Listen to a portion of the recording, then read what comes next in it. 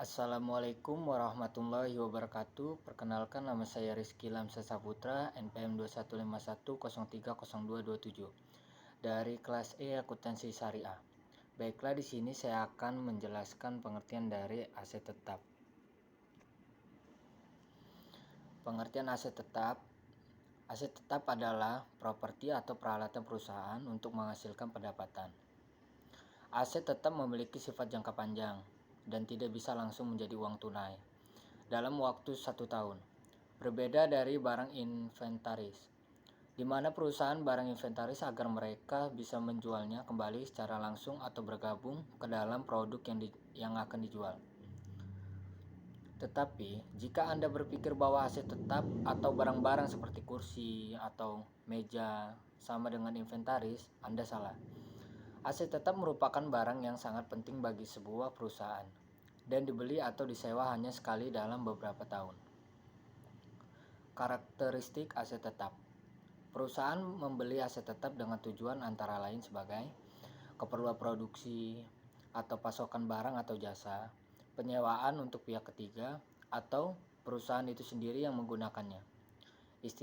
Istilah tetap dalam aset tetap menunjukkan bahwa aset-aset ini tidak akan habis dalam tahun akuntansi. Aset tetap biasanya memiliki bentuk fisik atau tercantum di neraca sebagai properti, pabrik, dan peralatan. Pada awalnya, aset tetap termasuk sebagai aset dan kemudian lalu masuk ke dalam jenis transaksi akuntansi umum seperti depresiasi berkala atau untuk aset berwujud atau amortisasi untuk aset tidak terwujud. Penurunan nilai atau bisa dibilang jika nilai aset menurun di bawah nilai buku bersihnya. Disposisi atau aset tidak memiliki nilai jual. Ketika perusahaan memperoleh atau membuang aset tetap, hal ini harus tercantum pada laporan arus kas. Pembelian aset tetap merupakan arus kas keluar bagi perusahaan, sedangkan penjualan aset tetap merupakan arus kas masuk.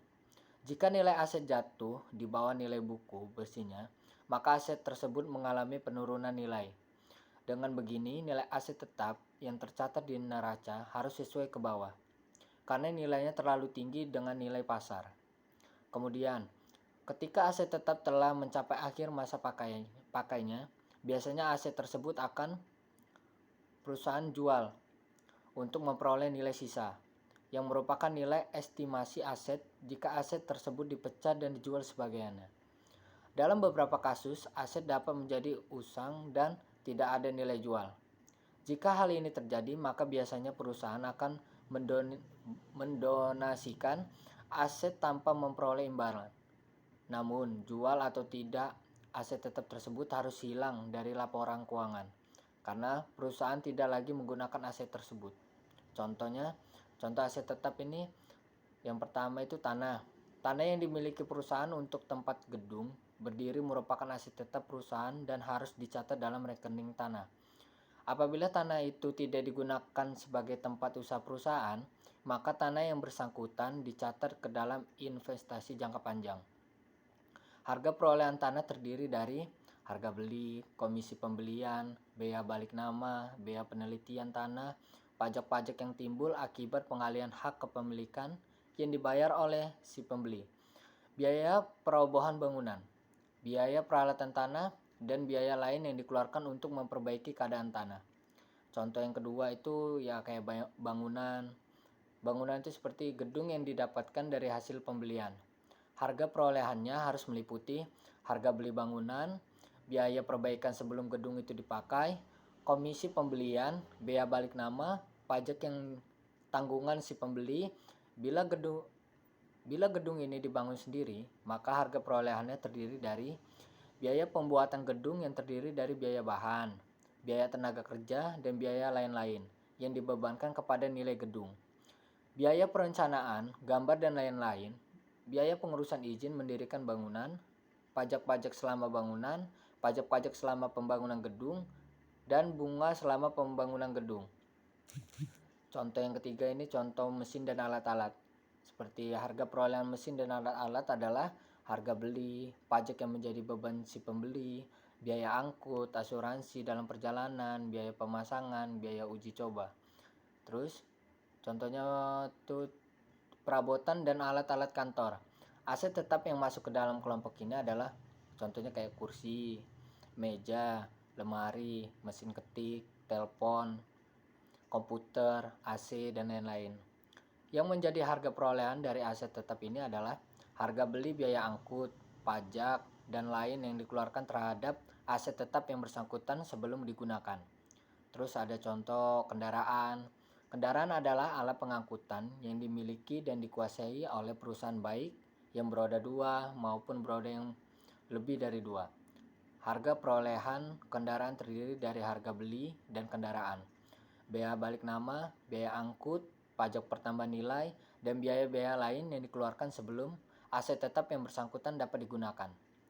Banyak aset tetap yang cukup portable untuk secara rutin pindah di dalam bangunan perusahaan atau di luar gedung.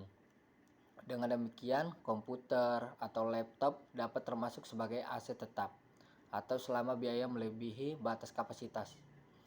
Perolehan aset tetap dan cara mencatatnya. Yang pertama, pembelian tunai.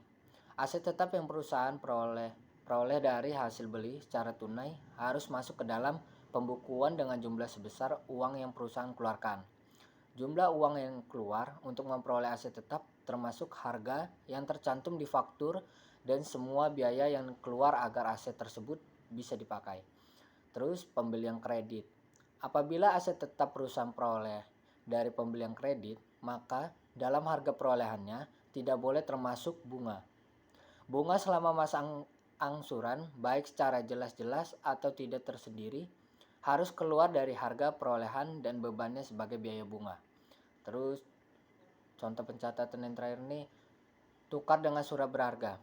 Aset tetap yang perusahaan peroleh melalui pertukaran dengan surat berharga nantinya akan tercantum dalam buku besar sesuai dengan harga pasar saham. Apabila harga pasar surat berharga dan aset tetap yang mereka tukar tidak ada yang tahu, maka nilai pertukarannya harus pemimpin perusahaan sendiri yang menentukan. Nilai pertukaran ini guna sebagai dasar pencatatan harga perolehan aset tetap dan nilai-nilai surat berharga yang perusahaan. Terus ada lagi tukar dengan aset tetap lain yang serupa. Faktanya banyak pembelian aset tetap dengan cara tukar tambah. Aset lama nantinya berguna untuk membayar aset baru baik seluruhnya maupun sebagian di mana kekurangannya perusahaan bayar secara tunai. Dalam kasus ini, harga perolehan tetap harus digunakan, yaitu aset baru dikapitalisasikan dengan jumlah sebesar harga aset lama ditambah uang yang dibayarkan, kalau ada, atau dikapitalisasikan sebesar harga pasar aset baru yang diterima. Terus ada dapat dari hadiah atau donasi.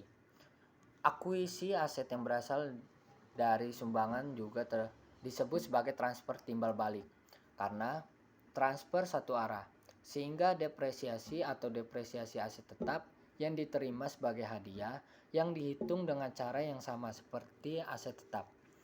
Terus ada perolehan aset melalui pembuatan sendiri. Perusahaan sering membuat sendiri aset tetapnya seperti gedung, alat-alat, serta perabotan. Selanjutnya, perusahaan harus mengalokasikan seluruh biaya yang meliputi biaya bahan, tenaga kerja, overhead. Biaya overhead biasanya termasuk listrik, asuransi, peralatan, dan pengawas pabrik.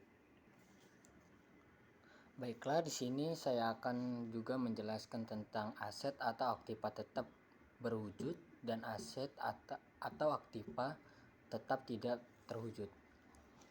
Yang pertama, aktiva tetap berwujud, yaitu aktiva berwujud yang diperoleh dalam bentuk siap pakai atau dengan dibangun lebih dahulu.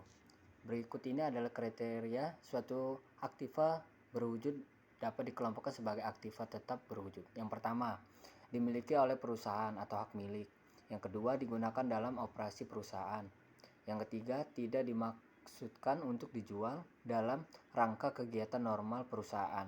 Yang keempat, membuat masa manfaat atau kegunaan lebih dari 1 tahun. Terus yang aktiva tetap tidak berwujud itu merupakan hak-hak istimewa atau posisi yang menguntungkan perusahaan dalam menghasilkan pendapatan. Termasuk dalam kelompok aktiva tidak berwujud antara lain hak paten, hak cipta, merek dagang, dan goodwill. Aktiva tidak berwujud berdasarkan masa manfaatnya dikelompokkan menjadi 1. Aktiva tidak berwujud yang masa manfaatnya dibatasi oleh undang-undang, peraturan, persetujuan, atau sifat aktiva tersebut, misalnya hak paten dan hak cipta. Yang kedua, aktiva tidak berwujud yang masa manfaatnya tidak terbatas, misalnya merek dagang. Ada juga menurut Hans et al., pengertian dari aset tetap itu adalah aset berwujud yang dimiliki untuk digunakan dalam produksi atau penyediaan barang atau jasa, untuk disewakan kepada pihak lain, atau untuk tujuan administratif, dan diharapkan untuk digunakan selama lebih dari satu periode. Pertama, aset tetap adalah aset berwujud yang dapat dilihat dan disentuh. Yang kedua, dimiliki untuk digunakan dalam produksi atau penyediaan barang dan jasa dan tidak untuk dijual kembali. Hanya aset berwujud yang digunakan dalam kegiatan operasional sehari-hari yang dapat dikategorikan sebagai aset tetap, sedangkan aset yang berwujud yang akan dijual biasanya dikategorikan sebagai persediaan. Sebagai contoh, gedung yang digunakan untuk tempat pelaksanaan entitas sehari-hari dikategorikan sebagai aset tetap. Gedung yang disewakan kepada pihak ketiga dikategorikan sebagai investasi properti sesuai dengan PSAK 13. Sedangkan gedung yang dibangun untuk dijual kembali oleh entitas pengembangan dikategorikan sebagai persediaan sesuai pengaturan dalam PSAK 44. Akuntansi aktivitas pengembangan real estate. Dan selanjutnya digunakan untuk waktu yang panjang, lebih dari satu periode akuntansi. Aset tetap memberikan manfaat untuk masa lebih dari satu periode. Dengan demikian, investasi atau biaya perolehan atas aset tetap harus dialokasikan pada periode-periode di mana manfaat dari aset tersebut dapat diperoleh, dan hal ini dilakukan melalui beban penyusutan secara periodik. Baiklah, ciri-ciri dari adanya aset tetap. Yang pertama, aset dari segi nominal harganya tergolong lebih besar. Yang kedua, manfaat benda tersebut umumnya lebih dari satu tahun sehingga memiliki waktu yang lebih panjang. Yang ketiga, aset tetap yang dimiliki oleh perusahaan tujuannya adalah sebagai simpanan dan bukan untuk dijual. Yang keempat, aset digunakan untuk kegiatan perusahaan. Cara mendapatkan aset tetap. Aset tetap pada perusahaan yang Anda kelola bisa diperoleh dengan cara yang pertama, membeli baik secara tunai ataupun mencicil. Perusahaan bisa memperoleh aset tetap dengan berbagai cara seperti membeli dengan cara tunai maupun kredit. Kedua cara tersebut bisa digunakan oleh perusahaan, namun jika pembelian secara angsuran akan menimbulkan terjadinya penambahan harga karena adanya bunga yang juga harus dibayarkan selama proses angsuran. Bunga tersebut akan membuat harga aset yang Anda beli akan semakin bertambah. Ada baiknya Anda memperhitungkannya apabila hendak membeli aset tetap dengan jalan mencicil atau mengkredit. Yang kedua, melalui penukaran surat-surat berharga. Aset tetap bisa diperoleh dengan menukarkannya dengan obligasi atau saham yang dimiliki perusahaan. Surat berharga tersebut bisa menjadi sarana bagi perusahaan agar bisa mendapatkan aset tetap lainnya yang dianggap bisa memberikan manfaat dan keuntungan bagi perusahaan. Yang ketiga, penukaran dengan aset tetap yang lainnya. Cara ini bisa digunakan dengan mengganti aset yang sudah dinilai kurang baik dengan aset yang jauh lebih baik atau dikenal dengan tukar tambah.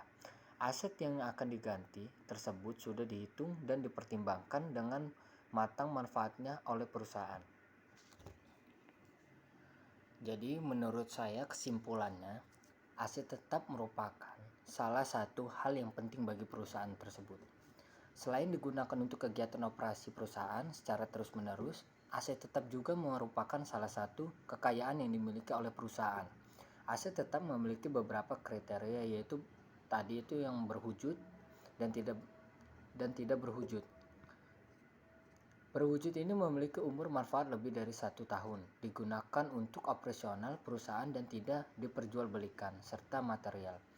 Perlakuan aset tetap berdasarkan PSAK 16 dan kebijakan perpajakan memiliki beberapa perbedaan di antara mulai dari biaya perolehan sampai dengan penyajian pada laporan keuangan.